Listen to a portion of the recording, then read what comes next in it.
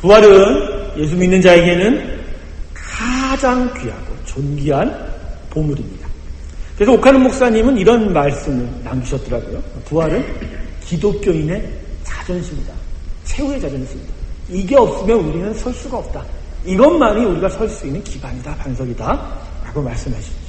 그러므로 여러분, 십자가의 예수님의 부활과 그로 말미암아 이루어지는 성도의 부활, 우리의 부활은 우리는 너무나 중요한 것입니다. 그래서 한 가지 유감스러운 게 있는데, 이 소중하고 위대한 부활의 날을 기념할 때 사용하는 여러 가지 몇 가지 용어는 앞으로 우리 교회는 사용하지 않았으면 좋겠다라는 거죠. 부활절을 성경으로 뭐라 그러죠? 제 발음이 안 좋아서 Resurrection Day. 괜찮았나요? 발음? 그냥 하시죠. Resurrection Day라고. 집에서 연습 많이 했어요. Resurrection 해라고 했더니 우리 하나 Resurrection 고쳐주었는데. 근데 우리 시대에 우리의 교회는 이 부활절을 영어로 그냥 뭐라고 부르죠? 이스터라고 부르죠. 그래서 우리가 보통 뭐라고 부릅니까? Happy Easter, Happy Easter라고 얘기하죠. 근데 원래 이스터라는 이 단어가 원래 게르만족의 한 여러 두 민족들이 봄의 여신으로 숭배하던 에오스트레라는 그 여신으로부터 유래한 단어라고 그러네요. 그 로마 카톨릭이 점차적으로 로마 제국의 국경을 넘어서 온 유럽 땅으로 전도를 하고 선교를 하던 과정 속에서 그들의 문화를 일종의 받아들이면서 거기에 복음을 전하였던 그런 어떤 부작용이기도 합니다. 그렇기 때문에 여러분이 에오스트레라부터 나타난 이스터라는 단어가 그 단어가 본래 가지고 있는 의미는 사실 여신 숭배다. 사실 이 여신 숭배는 헬라 제국 시대부터 그 동방유럽부터 시작된 아주 학대적인 여신 숭배고, 이 로마 카톨릭에 들어가서 지금도 성모 마리아를 숭배할 수밖에 없는 이유가 바로 여기서부터 출발한다라는 것입니다. 저는 더해서 부활절 달걀, 오늘 부활절 달걀, 분명히 제가 점심 메뉴를 봤는데 달걀이 있어요. 그러나 준비하신 분은 부활절이라서 달걀 안 하신 줄 저는 믿습니다. 그냥 고칼로리, 너무나 영양의 보고기 때문에 저도 달걀을 좋아해요. 무지 좋아해요. 그런데 부활절 달걀은 성서에 없는 풍습이에요. 이것도 이방 여신의 다산 풍습부터 유래한 것이 아니지 않나. 물론 우리가 이런 용어나 풍습을 전혀 마음에 두지 않죠. 그저 예수님의 부활과 연결해서만 사용하고 있는데, 하지만 거룩한 하나님의 그런 어떤 부활의 의미를 되새겨본다면 그런 차원에서는 가급적 이런 앞으로 사용하지 않아도 되지 않을까요? 그죠? 해피 이스터. 이 생각하니까 저는 미국 생각이 났어요. 미국엔 성탄절 때 메리 크리스마스 못해요. 유대인들 때문에. 다 방송 권력을 지배하고 있는 유대인들이 그냥 그때 뭐라고 얘기하죠? 해피 헐러데이라고 얘기해요. 해피 헐러데이. 방송에 넘어가는 모든 앵커들 다 해피 헐러데이. 해피 헐러데이. 메리 크리스마스라고 뭐라는 거예요. 그러니까 성탄절이 그냥 일종의 공휴일이다, 휴가다, 이렇게 전락을 시켜버렸다라는 것이죠. 갑자기 해피 이스터 하니까 해피 헐러데이가 생각이 나요. 우리는 그러면 안 돼요. 이제 해피 이스터 하지 말고 부활을 축하합니다. 주님께서 부활하셨습니다. 이게 우리의 인사가 되기를 바랍니다. 할렐루야. 자, 오늘 본문의 말씀에 돌아가는데 얼핏 이렇게 읽어보니까 오늘 주제인 부활과 직접적으로 연결이 없는 듯 해 보입니다. 본문에는 사실 율법과 하나님의 은혜가 서로 비교되어 있지 십자가의 부활을 직접적으로 언급하고 있지는 않습니다. 하지만 오늘 본문을 보다 더 자세하게 들여다보면 부활로 다시 시작된 어게인 그 위대한 하나님의 축복을 우리가 얻을 수 있다는 것이죠. 자, 여러분에게 저는 물어보고 싶습니다. 여러분, 부활이 뭐지요? 부활이 뭐냐에 대해서 정말 정답을 말하실 수 있는 분은 손을 들고 대답을 해주시면 소정에 준비한 바우처와 상품을 일주일 후에 오늘은 어음으로 드리도록 하겠습니다. 부활이 뭡니까? 우리 중고등부 학생 같이 예배드리고 있는데 부활이 뭘까요? 예. 나는 중고등부가 잘하고 있는 줄 알고 있어요. 할렐루야. 부활이 뭡니까? 그냥 몸이 다시 사는 거라고 생각하지 않아요? 몸이 다시 사는 거다. 몸이 다시 살아난다. 죽었다가 다시 살아난다. 그렇다면 성경에 나오는 다음의 사람들은 무엇을 경험한 것일까요? 자, 구약의 이야기는 두 가지가 있는데 사르밧 땅의 과부의 아들, 수넴 여인의 아들, 다 어떤 사람들이죠? 자, 이 신약을 보면 회당장 야이로의 딸, 나인선 과부의 청년, 베다니의 나사로, 요빠의 여자였던 다비다, 도르가라고 부르죠. 그리고 마지막으로 졸다가 떨어져 죽은 유두고까지. 자, 이들의 공통점은 무엇이죠? 죽었다 다시 살아났잖아요. 그러면 여러분, 우리는 이 자들을 부활했다라고 말합니까? 부활했다라고 말하지 못하죠. 왜 그럴까요? 이들은 다시 살긴 했어요. 분명히 죽었다가. 하지만 또 죽었죠. 또 죽었다라는 것이죠. 그래서 여러분, 부활은 우리의 육체가 다시 살아나는 것, 죽었다 다시 살아나는 것 정도에 머무르는 게 아닙니다. 정답부터 말씀드릴게요. 부활은 영원히 사는 겁니다. 죽은 자가 다시 살아나 영원히 사는 것이다. 하나님께서 우리 인간의 그 죽음의 권세를 깨뜨리시고, 우리가 그 죽음의 권세에서 묶여있던 것을 해방시키시며, 그래서 다시 우리에게 영원한 생명을 부여하신 위대한 창조가 바로 부활이다. 할렐루야. 만물을 창조하셨던 그때에 완벽하게 이루셨던 그 인간 창조의 역사를 다시 우리의 시간 속에 들어오셔서 화육화된 예수님을 통해서 반복하신 거예요. 재창조하신 거예요. 다시 영원한 생명으로 재창조하신 리크리에이션, 재창조가 바로 부활이다. 그래서 여러분, 부활은 위대한 하나님의 축복이면서 다시 영어로 again 그런 축복이 있다는 거죠. 그래서 여러분, 오늘 이 부활을 통해서 오늘 본문을 살펴보면서 이 부활이라는 것이 과연 무엇인지에 대해서 다시 살펴볼 것이고, 그래서 부활을 통해서 우리 안에 무엇이 다시 이루어지고 또 무엇이 다시 시작이 되었는지를 살펴보기를 원합니다. 자, 이제 본문을 하나하나씩 살펴보겠습니다. 이제 수련회에 들어가니까요, 여러분 받으신 그 책자 있죠? 거기다가 연필을 대주고 메모하시길 바라겠습니다. 여러분, 자, 이제 본문을 살펴보도록 하겠습니다.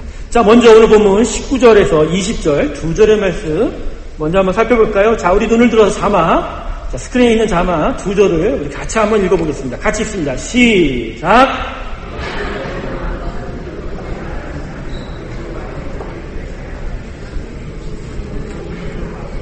온 세상으로 하나님의 심판 아래 있게 하려 함이니라. 그러므로 율법의 행위로 그의 앞에 의롭다 하심을 얻을 육체가 없나니 율법으로는 죄를 깨달음이니라. 19절을 보세요. 천천히 하나하나씩 한번 따져보죠. 우리가 알거니와 물은 율법이 말하는 바니 율법 아래 있는 자들에게 말하는 것이니. 자, 여기서 중요한 건 율법이 말하는 바. 율법이 의미하는 것은 무엇이냐? 자, 이렇게 던져놓고 사도 바울이 하반절에서 이는 모든 입을 막고 온 세상으로 하나님의 심판 아래 있게 하려 함이니라. 모든 입을 막고, 모든 자기 잘난 체 하던 모든 인간의 교만을 다 잠재우고 선언하신 거죠. 온 세상 모든 인류는 죄인이다. 그래서 하나님의 심판 아래 있게 하려는 것이다. 선한 일, 악한 일을 통하여 판단하여 거기에 대해서 심판하는 것이다. 이게 율법이 의미하는 것이다. 이게 19절이에요. 자, 20절 보십시오. 자, 그러므로 율법의 행위로 그의 앞에 의롭다 하시면 육체가 없나니.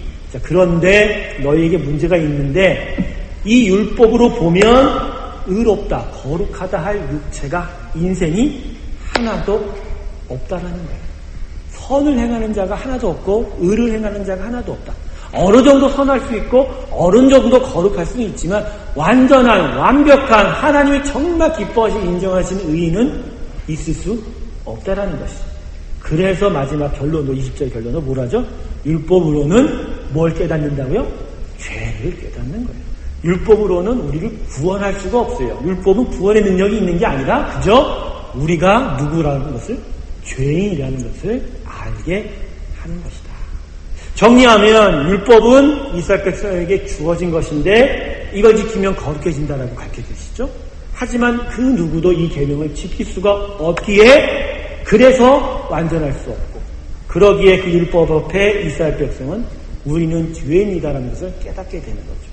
그래서 최종적으로 죄인이기에 진노의 심판을 면할 수 없다를 깨닫고 절망하게 된다. 이게 바로 율법의 의미고 율법이 이스라엘 백성에게 주어진 것이죠. 그러니까 율법이 이스라엘 백성에게 주어진 것은 이스라엘 백성으로 하여금 깨닫게 하는 거예요. 내가 죄인이고 항상 나는 하나님 앞에 부족한 자다. 근데 이거를 이스라엘 백성에게는 무엇으로 해결하죠? 구원의 방식으로는? 그들에게 주어진 구원의 방식은 희생제사, 속죄양, 어린 양이 있지 않습니까? 율법을 통해서 자기의 죄를 깨닫고 희생의 제사를 통해서 불완전 하나만 하나님과의 관계를 맺어가면서 하나님의 구원의 땅을 바라볼 수 있게 하시고, 결국 이 구약의 제사가 나중에 십자가의 어린 양 예수의 제사로 연결이 되어 완전한 구원을 이루게 된다는 것이죠. 할렐루야. 자, 여기서 한 가지 더 살펴볼 것은 19절에 지금 율법 아래 있는 자들에게라고 이야기하죠. 여러분, 이 구절이 말하려는 내재적 의미는 이 율법이 이스라엘 백성에게 주어졌지만 실제로는 모든 인간에게 주어진 것이다라는 말이죠. 여러분, 아담 이후로 타락한 모든 인간에게 적용되는 구원의 기준은 무엇일까요? 선하게 하면 상을 주고 악하게 하면 벌을 받는다. 즉, 그 행한 그대로 하나님의 판단 안에서 상이 있고 벌이 있다라는 것이죠.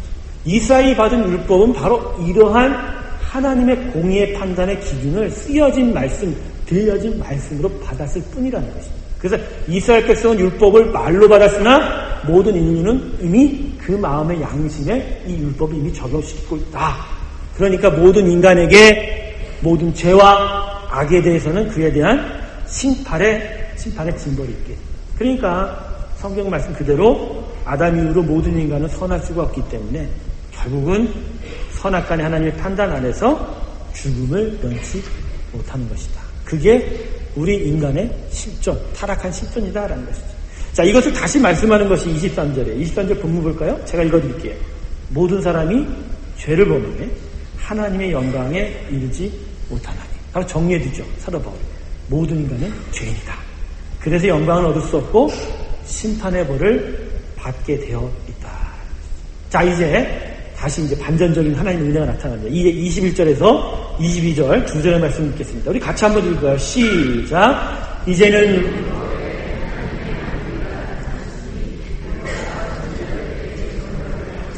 곧 예수 그리스도를 믿음으로 말미암아 모든 믿는 자에게 미치는 하나님의 은이 차별이 없느니라.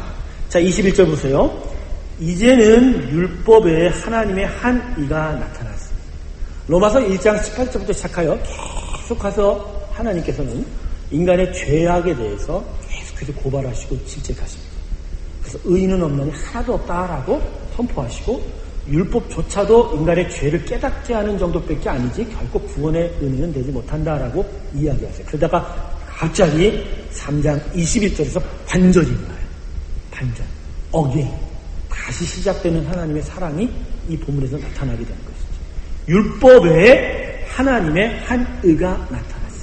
여러분, 여기서 얘기하는 하나님의 한 의, 라이처니스, 이 공의, 하나님의 의, 거룩함은 뭐냐면 예수 십자가의 구원을 의미하는 것이죠. 근데 중요한 것은 율법 외에 다른 의가 나타났다는 말인데, 참고적으로 여러분, 율법도 하나님의 거룩한 의십니다. 율법으로도 구원의 방법이 됩니다. 율법도 구원의 방법이 되죠. 잘한 대로 상 주고 못한 대로 벌 준다라는 건 하나님의 기본적인 방식이에요. 공의의 방식, 그것을 그대로 적용시켰다라는 것이죠. 중요한 건 이 공의의 방식으로는 우리가 구원받을 수 없기 때문에 여기서 한 다른 의가 나타났다. 예수의 십자가가 나타나서 우리의 이 무능력과 무기력을 극복해 주셨다. 이게 은혜가 된다라는 것이죠. 자, 율법과 선지자들에게 증거를 받은 것이라 하반절. 이거는 이미 구약시대부터 계속하여 하나님이 십자가의 구원에 대해서 말씀하시고 또 말씀하시고 또 말씀하신 그것이 이제 신약에 와서 예수 그리스도의 십자가로 완성이 되었다. 그렇기 때문에 신약과 구약과 신약이라고 성경은 이야기하죠. 오래된 약속이 아니에요. 이미 하나님이 말씀하신 약속이 예수 그리스도에 의하여 완성이 되고 이제 그리스도 안에서 옛날 오래된 약속이 이젠 새로운 약속으로 변경되어져 가는 삶. 이게 바로 성경의 역사고 성경의 약속이다라는 것이죠. 자, 22절을 볼까요? 곧 예수 그리스도를 믿음으로 말미암아 곧 믿는 자에게 미치는 하나님의 은이 차별이 없느니라. 자, 모든 믿는 자에게 미치는 것은 차별이 없다. 이제는 십자가 구원은 유대인에게만 율법을 주었듯이 이스라엘 백성에게만 적용되는 게 아니라 모든 이방인까지 포함한 인류에게 적용이 된다. 차별이 없다라고 이야기하죠. 중요한 것은 여기서 예수 그리스도를 믿음으로 말미암는 단어. 여러분, 이게 우리에게 너무나 중요해요. 사실 다음 시간에 오늘 저녁 6시 집회 때 함께 더 나누어 봐야 될 것인데, 예수 그리스도의 십자가는 2000년 전 골고다 언덕에서 하나님의 선포된 의였다라는 거예요. 즉, 이 방법 외에는 너희에게 구원의 길이 없다를 선언하신 거예요. 중요한 건 선언이지, 그 선언 그대로가 나에게 다 효력을 미치는 건 아니라는 거예요. 그것이 효력을 미치려면 어떻게 해야 되죠? 그것을 나의 것으로 받아들여요. 그래서 내가 예수님과 함께 십자가에 죽어야 될 죄인이라는 것을 깨닫고, 예수님이 부활하셨듯이 내가 예수님과 함께 다시 살아난 새로운 피조물이 됐다라는 것을 인정하는 그 믿음, 그게 없으면 우리는 구원의 이 십자가의 은혜의 효력을 받을 수가 없다는 것입니다. 할렐루야. 여러분, 이건 너무 중요한 건데, 듣는다고 되는 게 아니고 안다고 되는 게 아니라 받아들여 심령에 새겨야 되는 거예요. 새긴다는 건 결국 뭐예요? 각인된다. 결국 내 거잖아요. 내 것으로 만들고 내가 소유하는 것이 되어야 한다는 것이죠. 그러게 제가 몇 번 얘기하죠. 로마서 1장 17절에 의인은, 그죠? 의인은 믿음으로 말미암아 살리라 한다 하면서도 그 믿음이 믿음에 이루어간다는 거예요. 하나님이 은혜로 주신 십자가가 내 안에 받아져 들임으로, 어플라이드, 적용됨으로 내가 정말 믿음의 사람이 되는 것입니다.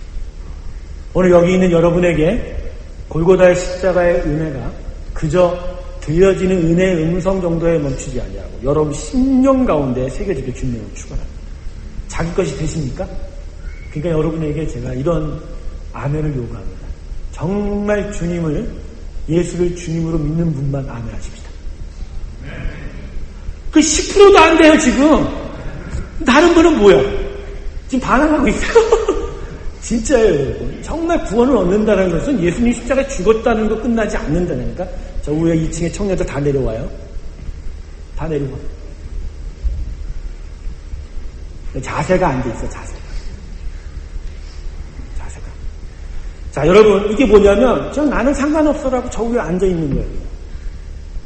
난 여기 예배 드리기 싫어. 이러면 안 되는 거지. 그지? 아이가 힘들어서 정말 아파서 저기 앉아 있는 거하고는 다른 거예요. 내가 사이드로 빠져서 그냥 안 듣고 있겠다. 나중에 또 얘기 나와요. 중요한 건 이런 자세로는 절대로 예수님의 구원이 마음속에 오지 않아요. 이거는 그냥 듣는 거예요. 그냥 아는 정도예요. 여러분, 그걸로는 예수 구원 안 들어옵니다. 분명히 가게 됩니다. 정말 이거 깨닫으셔야 돼요. 자, 여러분, 제가 아까 뭐라고 그랬죠? 기본이 중요하다고 그랬죠? 반석을 세우자고 그랬죠? 이제까지 우리가 정말 허튼하게 세웠던 그 모든 것들 다 깔아뭉개고 다시 세웁시다. 예수에 대해서 다시 세우고 예수에 대한 믿음을 다시 세워가자니까. 거기서 반석의 집을 짓는 지한 신앙의 믿음의 집이 저 여러분 가운데 있길 주님을 축원합니다. 그렇죠. 그렇게 돼야 된다는 것이죠. 그런데 또 한 가지 좀 살펴야 돼요. 본문에서 말하는 예수 그리스도를 믿음으로 말하는 말미암은 하나님의 은혜는 과연 무엇냐? 여러분, 이 본문에서 지금 사도 바울이 예수 그리스도를 믿음으로 하나님의 의롭다함을 받는다라고 했어요. 그럼 예수 그리스도를 믿음으로 말미암은 하나님의 은혜는 뭐냐라는 거예요. 본문 24절도 이렇게 얘기합니다. 보세요. 그리스도 예수 안에 있는 구속으로 말미암아 하나님의 은혜로 값없이 의롭다 하심을 얻은 자가 되었더니. 그러니까 예수를 믿는다는 것은 어떤 걸 얘기해요? 그리스도 예수 안에 있는 뭘 믿는다? 구원의 그 십자가를 믿는다. 그래서 거기서 우리가 값없이 은혜로 구원을 얻는다. 그러니까 하나님의 있는 예수 그리스도의 대속사역, 십자가에서 예수님의 구원 사역이다. 그러면 여러분에게 다시 물어봅니다. 십자가의 예수님의 구속사역은 구체적으로 뭡니까? 십자가 예수님의 구속사역은 구체적으로 뭐냐고요. 여러분, 펜으로 기억하고 다 쓰고 있죠? 이거 가지고 계속 공부해야 되는 거예요. 자, 로마서에는 이 예수님의 구속사역을 보다 분명하게 말씀해주는 구절이 그 다음 장이 4장에 있어요. 자, 오늘 자막 준비 안 했습니다. 성경책을 다 가져오실 수 있습니다. 로마서 4장 23절에서 25절까지 세 절의 말씀을 한번 찾아보겠습니다. 자, 로마서 4장 23절에서 25절까지의 말씀. 그럼 3장에서 계속 하나님의 의, 거룩한 십자가의 구원, 예수를 그리스도로 믿는 믿음에 대해서 설명하면서 이것이 무엇인지를 구체적으로 로마서 4장에 설명해 주고 있어요. 자, 찾으셨나요? 4장 23절부터 25절 3절 같이 읽을까요? 시작. 저에게 의로 여기셨다 기록된 것은 아브라함만 위한 것이 아니요 의로 여기심을 받을 우리도 위함이니 곧 예수 우리 주를 죽은 자 가운데서 살리신 이를 믿는 자니라. 예수는 우리 범죄함을 위하여 내어줌이 되고 또한 우리를 의롭다 하심을 위하여 살아나셨느니라. 아멘. 4장은요 선택된 아브라함의 이야기를 시작합니다. 그걸 통해서 예수 그리스도를 통해서 하나님의 또 다른 이 은혜의 공로 십자가의 구속사역을 설명하고 있어요. 그 중에서 오늘 23절과 24절 상반절은 선택한 아브라함에게 적용하신 하나님의 그 값없다 하심을 얻은 그 의가 십자가 예수를 믿는 우리에게도 지금 적용되고 있다. 그러니까 아브라함을 통해서 십자가의 그 놀라운 구원의 은혜가 우리에게도 지금 이루어지고 있다라 밝혀지고 있죠. 중요한 건 24절 하반절부터 25절이에요. 24절 하반절이 뭐죠? 곧 예수 우리 주를 죽은 자 가운데서 살리신 이를 믿는 자니라. 지금 뭐가 나오죠? 여기서 부활이 나오죠. 예수를 죽은 자 가운데서 살리신 하나님을 믿는 자가 아브라함 안에서 하나님의 선택받은 자로서 거룩하다 인정받는 자다. 그러기에 25절에 또다시 반복하여 설명합니다. 구체적으로 뭐라죠? 예수는 어떤 자라고요? 우리 범죄, 우리 죄 때문에 십자가에 죄의 값으로 내어준 제물이 된 자고, 두 번째는 뭐죠? 또한 우리를 의롭다 하심을 위하여 살아나신, 죽었다가 다시 살아나신 분이다. 근데 여러분 오늘 본문에서 가장 중요한 초점이 뭐냐면 이 25절에 살아나셨는데, 죽었다 살아나셨는데 그 목적이 뭐냐는 거예요. 우리를 어떻게 하라고? 의롭다 하심을 위하여. 여러분 이게 뭘까요? 잘 생각해 보세요. 하나님의 의는, 하나님의 거룩함은 실제적으로 예수님의 부활을 통하여 나타나는 거예요. 예수님이 십자가에 죽었다는 것은 우리의 죄값에 대한 희생 제물이지, 거기에 멈추면 하나님의 거룩한 의가 나타나지 않는다는 거예요. 하나님의 거룩한 의가 십자가의 예수 그리스도의 고난으로도 나타나지만 불완전하죠. 그것이 완성되기 위해서는 예수가 십자가에서 어떻게 돼야 된다고요? 살아나야 돼요. 왜 그럴까요? 왜? 죽는 것만으로 끝나면 뭐가 문제죠? 예수는 패한 거죠. 전쟁에서 패한 거죠. 우리 대신 제물이 됐을 뿐이지 그분이 죽음의 권세 앞에 진 거죠. 다시 살아나지 못했으면 진 거죠. 근데 거룩한 의라는 것은 결국 사탄 권세를 물리치고 하나님이 승리하는, 하나님의 거룩함만이 영광받는 것인데, 그러려면 예수가 죽었지만 어떻게 돼야 돼요? 살아나야죠. 할렐루야. 살아나야죠. 그러니까 하나님이 우리 안에서 하나님의 놀라운 승리를 일으키시고자 예수를 십자가에 죽였으나 다시 거기서 살려내셨다는 거예요. 할렐루야. 이게 부활인 거예요. 할렐루야. 그러니까 부활은 몸이 다시 사는 것, 죽었다 다시 사는 것, 영원히 사는 정도가 아니라 우리 인류 역사, 우리 개인의 역사에 있어서 가장 중요한 일이라는 거예요. 어떻게? 우리 안에서 사망 권세를 이기는 능력이 나타나는 거예요. 우리의 삶 속에서 그 사탄의 모든 공격으로부터 나가서서 이길 수 있는 능력이 나타나는 것이죠. 우리 안에서 정말 최초의 그 만든 형상 그대로 회복되어 하나님의 영광을 돌릴 수 있는 그런 능력의 삶이 나타나는 거예요. 할렐루야. 이게 부활인 거예요. 할렐루야. 배울만 하죠? 재밌습니까? 앞에서 장로님이 이해하시니까 많이 부담이 되며 떨리는 가슴을 부여잡고 있습니다. 여러분 배워야 돼요. 부활이 그냥 나중에 천국 가면 나 몸이 다시 살아. 그런 식이 아니라니까요. 그런 식으로 하면 부활 천국에도 가질 못해요. 올라가다가 그냥 쑥 떨어져요. 그게 안 돼요. 정말 부활이 뭔지에 대해서 다시 알아야 된다. 부활은 몸이 다시 사는 정도가 아니라 정말로 우리가 사탄 권세에 맞서 싸울 승리를 보장해주는 약속이라는 거예요. 약속. 할렐루야. 이게 얼마나 놀라운 거죠.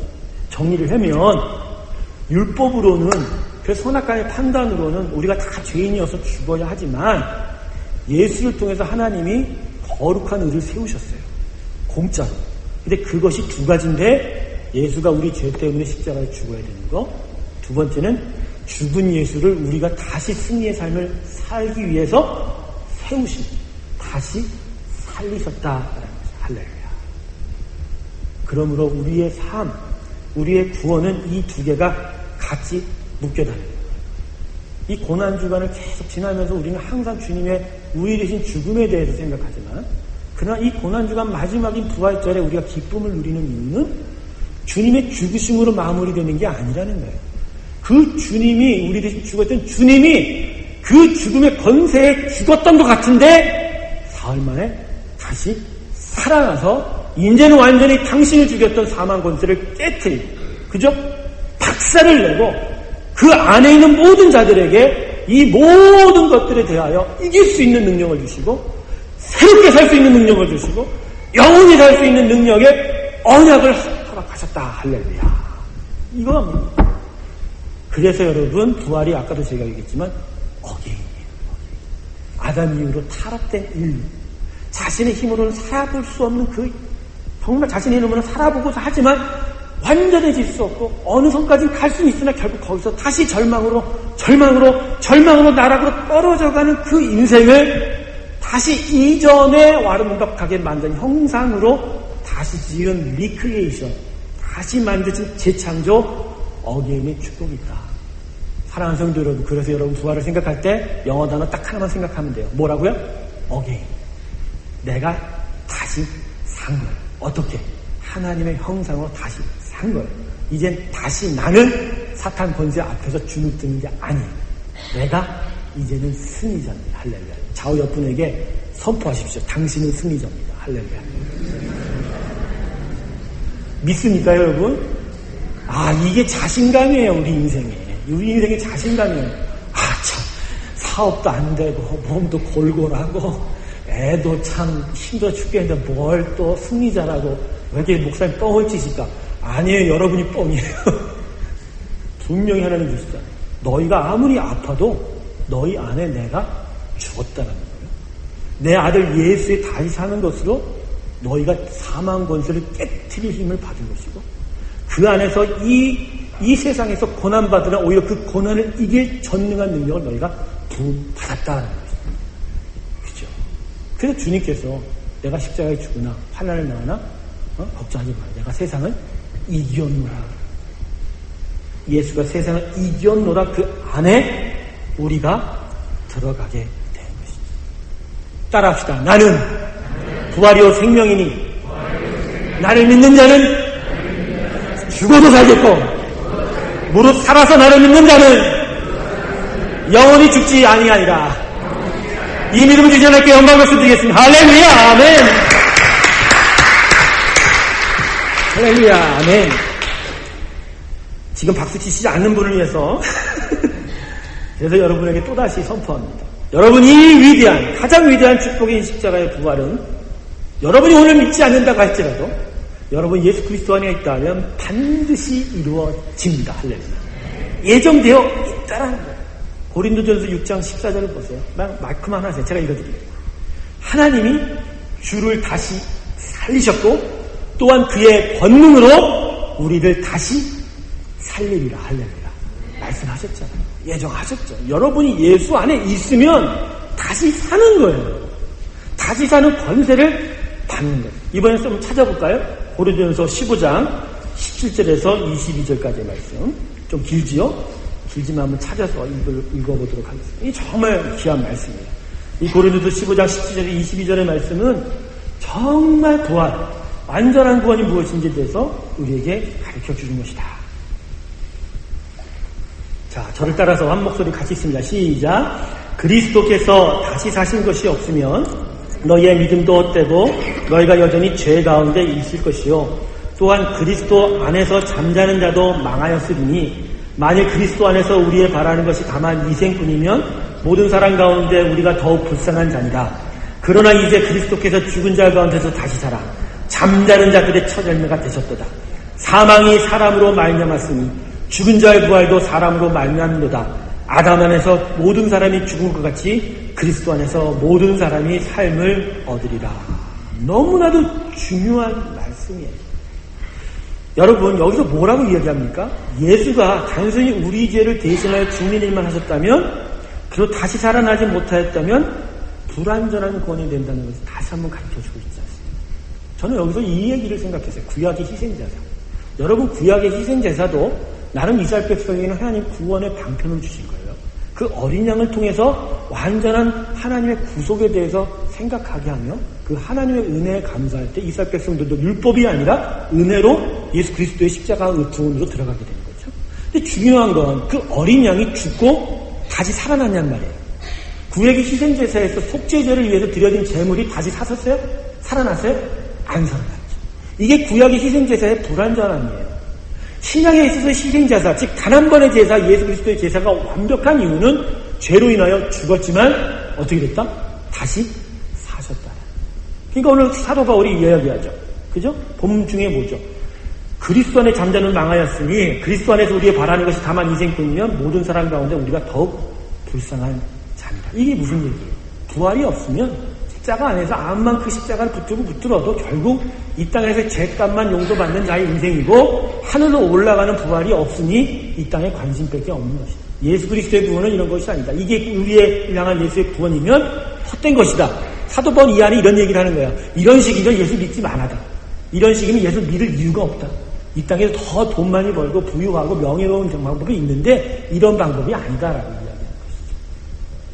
그러면서 그리스도께서 살아나셨고 한 사람이 인하여 죄가 들어왔듯이 제2의 아담인 예수 그리스도로 말미암아 이제 그 모든 자들이 그리스도 안에서 부활, 영생하는 삶을 얻게 되었다라는 것이죠. 사랑하는 성도 여러분, 부활은 놀라운 하나님의 능력입니다.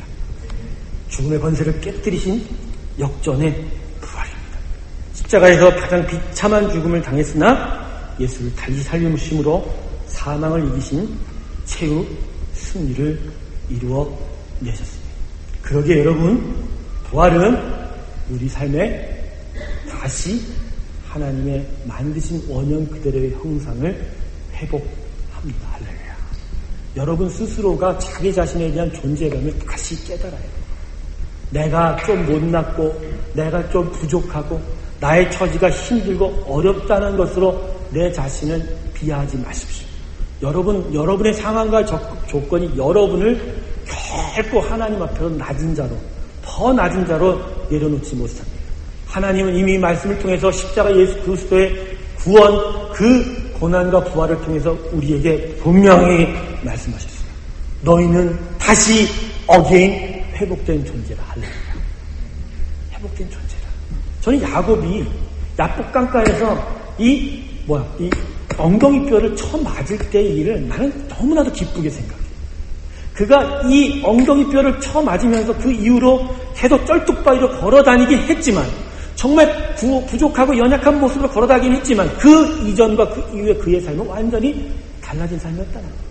야복강가 이전의 삶은 자기 자신으로 인해서 산 부활도 모르고 고난도 몰랐던 십자가를 몰랐던 정말 하나님을 알지 못했던 피상적으로 하나님을 아는 삶이었지만 이 쩔뚝거리고 정말 연약한 그 몸을 입었다 할지라도 그 이후의 야곱의 삶은 정말 하나님을 아는 자, 하나님의 승리를 아는 자, 하나님의 능력을 아는 자가 되었다는 것이죠. 그렇기 때문에 바로 앞에 섰을 때 당신 나이 몇 살이요? 그러니까 뭐라고 해요? 내가 험악한 세월을 보낸 나이다. 이게 자신의 비참함을 이야기하는 게 아니에요.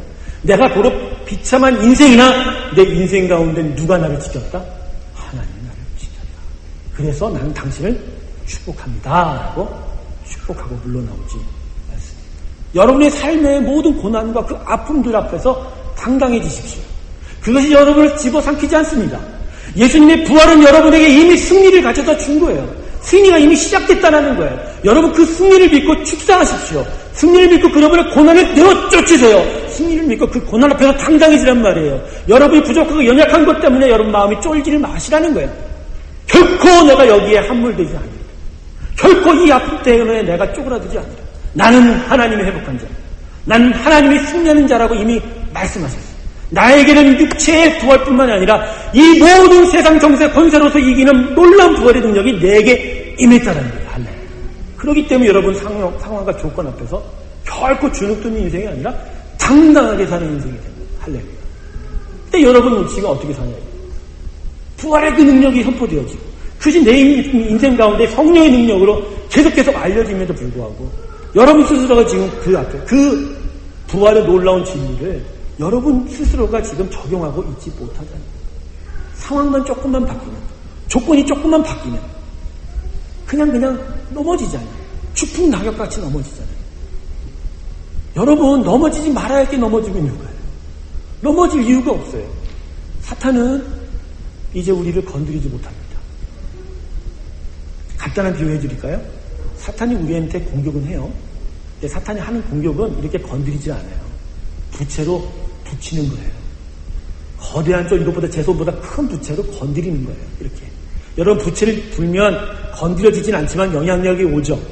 어떤 영향력? 바람의 영향력이 오잖아요. 그렇다고 해서 넘어질 수 있어요. 흔들릴 수는 있을지언정 내가 누군데 라고 당당함으로 딱 서 있는 거죠. 엉덩이 힘 딱 주고 가슴이 딱 휘고. 군대 가면 첫 번부터 이거 해주지 않습니까? 군대 가야 돼요, 여러분. 군대 가면 이런 인생들 떠가 뭐 이러지 않습니까? 이게 무슨 자존심이에요? 너는 군인이야. 이제. 군인이야. 적 앞에 싸우는 군인이 죽겠는 이러면 돼요? 안 되니까 훈련물 시작부터 이것부터 해요. 제식 훈련 일주일 동안 이것만 배워요. 이거 딱 멋있죠? 좀 웃어보자니까 안 돼. 그러니까 날씨가 안 받쳐요. 그치 날씨가. 여러분 그런 거예요. 정말 여러분 승리자입니다. 참된 부활 가운데 있다는 거예요. 그런데 뭐하러 이렇게 겁을 먹으시고 힘들어하세요? 물론 힘들어할 수 있지요. 그러나 그것을 뛰어넘을 수 있는, 극복할 수 있는 솔루션, 정말 강력한 솔루션, 해결의 답, 그게 우리에게 있는데 왜 쪼그라드냐? 쪼그라들지 마세요. 하나님은 나를 승리하셨다 말씀하셨다. 그리고 중요한 건 이 땅의 삶은 얼마 못 간다는 거. 반드시 영원한 삶으로 들어가게 되어 있다는 거. 그죠? 오히려 이 땅에서 떵떵거리지만 정말 예수 안 믿던 자들의 그런 어떤 부유함을 바라보지 마세요. 결국 그거 다 자체로 절망의 골짜기로 넘어가게 된다는 것이죠. 그래서 여러분 우리에게 부활은 육체가 다시 산다 정도가 아니라 에덴의 그 타락 이전에 그 아담의 형상, 그 극지의 복의 삶으로 다시 돌아가는 삶을 이제 시작하는 것이다. 물론 우린 지금 부활한 거 아니에요.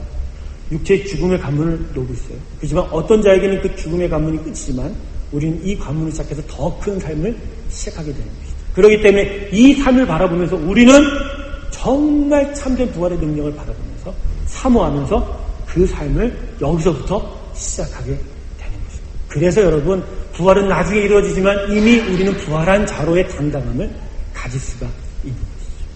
그러기에 여러분 거룩함을 사모하는 우리의 삶을 이제부터 우리가 시작해야 되는 것이죠. 로마서 6장 4절 말씀 한번 찾아볼까요? 마지막으로 찾아보는 말씀입니다. 로마서 6장 4절 말씀.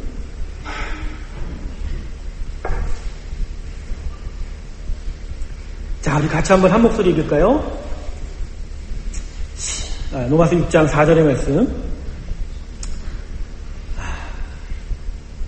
자, 시작. 그러므로 우리가 그의 죽으심과 합하여 세례를 받았으므로 그와 함께 장사되었나니 이는 아버지의 영광으로 말미암아 그리스도를 죽은 자 가운데서 살신과 같이 우리도 또한 새 생명 가운데서 행하게 하려 하심입니다. 할렐루야. 이 부활을 통하여 예수 그리스도와 함께 십자가에 죽고 다시 살아났다라는 선언으로 우리의 삶에 새 생명 가운데 행하는 일이 나타난다. 전 여러분에게 한번 물어봅니다. 정말 여러분은 하나님의 은혜 안에서 십자가의 그 구원의 은혜를 받았다고 인정되신다면 정말 여러분의 삶은 지금 새로운 생명 가운데 살아가고 계십니까? 정말 새로운 생명이 우리에게 요구하는 그 방식과 일들에 대해서 알면서 배우면서 그것들을 하나하나 내 삶 속에 이루어가고 계십니까? 여러분 부활의 삶은 반드시 우리에게 이 삶을 요구한다는 거예요. 여러분 어찌 죽은 자의 삶과 다시 태어난 자의 삶이 같을까요? 여러분 어떤 한 사람이 구사일생으로 정말 나올 수 없는 그 불가능한 인생 속에서 다시 살아나왔다고 칩시다.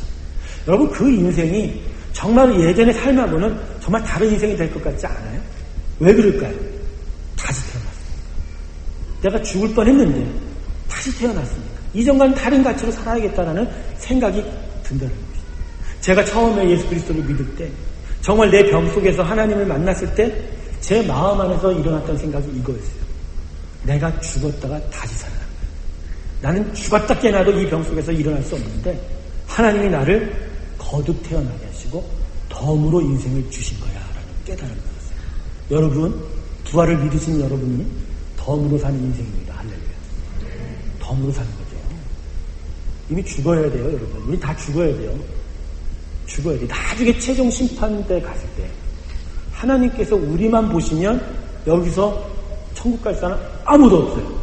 근데 우리 앞에 뭐가 놓여져 있냐면 우리의 행위록이 놓여져 있어요. 이걸로는 못 가는데 그 옆에 생명록이 놓여져 있어요. 예수 그리스도를 믿음으로 믿어 그의 자녀가 된 인생들에 대한 명단. 그러니까 우리를 보는 게 아니라 하나님을 보는 거죠. 그러니까 우리 인생은 이미 예수를 믿음으로부터 두 가지로 갈리는 거예요. 이미 죽은 인생이에요. 내 육신의 인생. 이전의 인생은 이미 죽은 인생이란 말이에요. 다시 태어났기에 덤으로. 덤의 인생, 다시 시작된 인생이 나타난다. 그러므로 다시 태어난 인생인데 이거 안 소중합니까? 소중하죠. 정말 귀하게, 정말 거룩하게, 정말 가치 있게 사는 인생이 나타나야 되지 않겠습니까? 그러기에 부활은 내가 다시 살아났다. 하나님의 위대한 축복이다. 이 정도에서 끝나는 게 아니라 연결되는 거예요. 그러니까 이제 정말 예수 그리스도를 귀하게 여기는 하나님께 영광을 드리는 새로운 생명의 삶으로 나아가야 된다라는 고백이 나타나야 되고 그 고백도로 인생의 모든 일들이 나타나야 된다는 것입니다. 여러분, 이렇게 살아나가야 결국 우리 삶 속에서 악이 부메랑으로 돌아 모든 자들을 치고 그래서 어렵고 힘들고 고통스러움을 만들어내는 것이 아니라 우리로부터 선과 의가 나타나서 그것이 모든 인류와 합하여 정말 거룩한 인생, 거룩한 선의 삶들이 나타나게 된다는 거예요. 또 한번 얘기하자면 세월호의 사건은요 10년 있다가 또 나타납니다. 여러분, 삼풍백화점 무너진 지가 언젠데, 서해 페리오 사건이 일어난 지가 언젠데, 한국의 그 부실공사 부실 그거는 이루 말할 수가 없지 않습니까? 물론 우리나라만 그런 건 아니겠지만, 근데 그게 반복되는 이유가 뭘까요? 결국은 새로운 생명으로 거듭나 새로운 패러다임으로 하나님의 영광 그 선을 이루는 정말 다시 바뀐 삶, 새 생명의 삶이 없기 때문에, 그것이 없으면 말짱 도루묵이라는 얘기가 있죠. 만 조금 발작 해봐야 또 말짱 도루묵이다. 연초에 어떤 일이 일어났어요. 여러분, 경주에서 그 허술하게 지금 창고에 눈 쌓였다가 거기서 갓 들어간 신입생 대학생들이 눈에 깔려 그냥 다 죽었잖아요. 그건 일어난 지 몇 달 됐다고 벌써 이런 일이 나타나요. 저는 이런 일에 대해서 아프고 애통하는 것은 그 사건 때문이 아니라 우리 자신이 지금 무엇이 나타나야 되냐. 십자가, 예수님 우리 대신을 위해 죽었고 그리고 우리를 위하여 부활하셨고 그것이 나의 믿음의 고백이 되며 그래서 이 부활로 인하여 나의 삶 속에 새롭게 태어난 새 생명의 삶을 이제 내가 가치 있게 정말 귀하게 정말 소중하게 살아보겠다라고 하는 그 고백 속에서 이 세상은 변하는 거예요. 그래서 예수의 이름은 세상의 소망이에요. 예수의 이름 자체도 소망이지만 예수로 인하여 변화하지 우리를 통하여 이 세상에 소망이 나타나는 거예요. 희망이 생기는 거예요. 기쁨이 나타나는 거예요.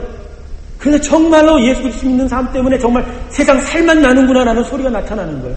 그럴 때 우리에게는 천국이 뿐이요 믿지 않는 자에게도 정말 천국을 향하여 나아갈 수 있는 즐거움이 나타나게 되는 것이에요. 할렐루야. 이게 세상을 향한 하나님의 솔루션입니다. 세상을 향한 하나님의, 우리를 향한 우리의 죄에 대한 이 고통에 대한 하나님의 유일한 구원의 길이다. 오늘 부활절을 맞이하여 주님은 다시 사셨다라는 그 지식 앞에서, 그 선언 앞에서 우리는 과연 어떠한 생각을 가져야 됩니다. 단지 주님이 나를 위해서 십자가에 다시 사셨네, 이 정도에서만 끝나는 것이 아니라 정말로 하나님의 나라, 하나님의 거룩한 영광이 우리 가운데 나타나 우리와 우리 모든 인류가 정말 이 예수 그리스도의 부활의 승리 안에서 거룩하고 참된 삶을 살아가고 정말 이 땅의 고통과 눈물과 슬픔이 사라지는 그런 땅을 바라보는 것이 우리가 정말 바라봐야 할 것이 아닌가.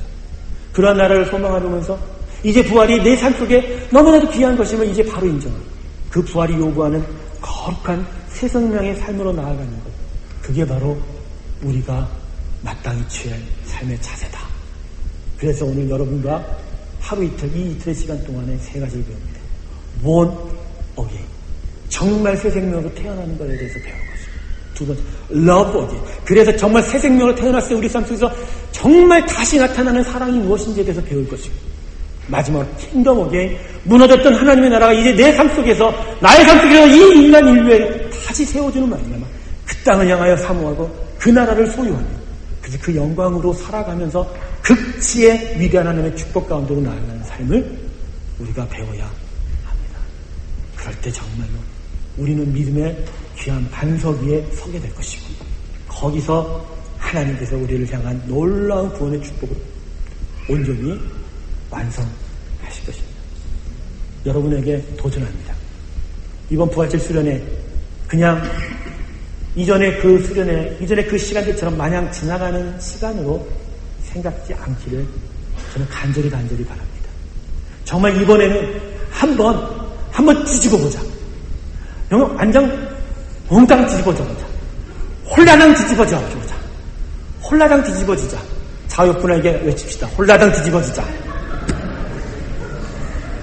여기서 웃어서 그래요. 웃지 마라. 홀라당 뒤집어지자. 홀라당 뒤집어지려면 어떻게 해야 돼요? 속이 배 밖으로 나와야 돼.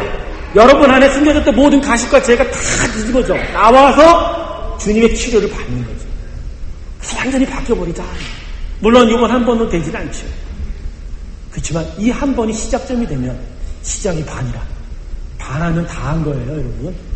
그죠? 반 올리면 다 한 거잖아. 다 된 거예요. 그런 각오가 있는 거예요. 그렇게 이 수련을 사모하며 열심히 주시는 저녁과 점심만 맛있게 먹지 말고 먹는 것만 맛있게 먹지 말고 말씀의 밥을 맛있게 드시길 주님의 이름으로 축원합니다. 기도하겠습니다. 감사하신 하나님